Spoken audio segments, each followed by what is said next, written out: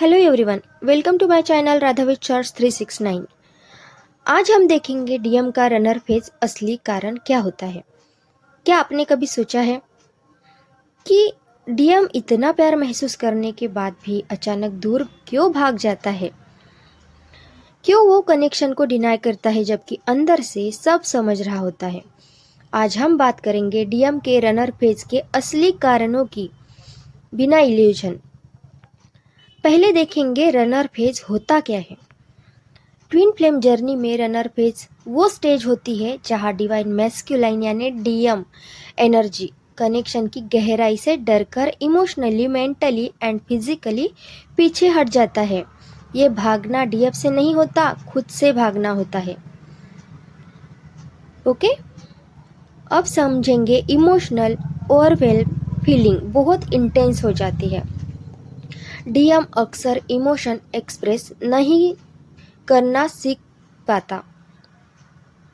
जब डीएफ के साथ कनेक्शन उसे unconditional love, soul level bonding, mirror effect दिखाता है तो उसका इमोशनल सिस्टम ओवरलोड हो जाता है। डीएफ जितना फील करती है डीएम उससे कई गुना फील करता है, बस वो एक्सेप्ट नहीं कर पाता। अब समझेंगे इनर चाइल्ड वुंड्स ट्रिगर होना।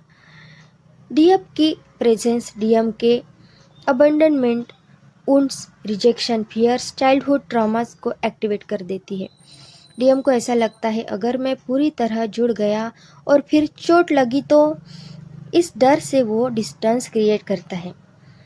अब देखते हैं ईगो कॉन्फ्लिक्ट।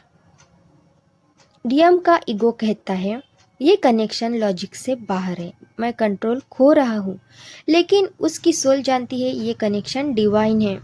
ईगो और सोल के इस युद्ध में डीएम अक्सर ईगो को चुनता है और वही रनर फेज बन जाता है। अब देखते हैं रिस्पॉन्सिबिलिटी और कमिटमेंट का डर। Twin flame connection normal relationship नहीं होता। ये डीएम को बुलाता है हीलिंग की और पर्पस की ओर। डीएम सबकॉन्शियसली जानता है इस कनेक्शन में आया तो मुझे बदलना पड़ेगा और चेंज सबसे बड़ा डर होता है। अब देखते हैं masculine conditioning society programming. DM को बचपन से सिखाया गया रोना कमजोरी है, प्यार कंट्रोल में होना चाहिए, डिपेंडेंस गलत है। अब देखते हैं past life ancestral Karma activation. Twin flame मिलते ही डीएम के पास्ट लाइफ कर्माज और एंसिस्ट्रल पैटर्न सरफेस पर आ जाते हैं।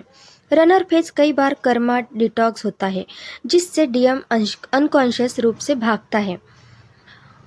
डीएफ की एनर्जी से मिरर इफेक्ट। डीएफ जितनी हील, अवेयर और अलाइन होती है डीएम उतना ही खुद को अनहील्ड देखता है। डीएफ उसकी मिरर बन जाती है और मिरर देखना सबसे पेनफुल होता है। अब देखते हैं रनर फेज का सच। डीएम भागता इसलिए नहीं क्योंकि वो प्यार नहीं करता, वो किसी और को चुनता नहीं, वो डीएफ को भूलता भी नहीं, वो खुद को समझने की प्रोसेस में होता है, वो अवेकनिंग से डर रहा होता है। डीएफ को क्या करना चाहिए? चेज नहीं करना चाहिए, सेल्फ लव पर फोकस करना चाहिए, हीलिंग चुनना है, वेटिंग नहीं, ट्रस्ट रखना है डिवाइन टाइमिंग पर। डीएफ का अलाइनमेंट ही डीएम की रिटर्न का रास्ता बनता है। डीएम का रनर फेज सजा नहीं होता बल्कि ट्रांसफॉर्मेशन का चरण होता है।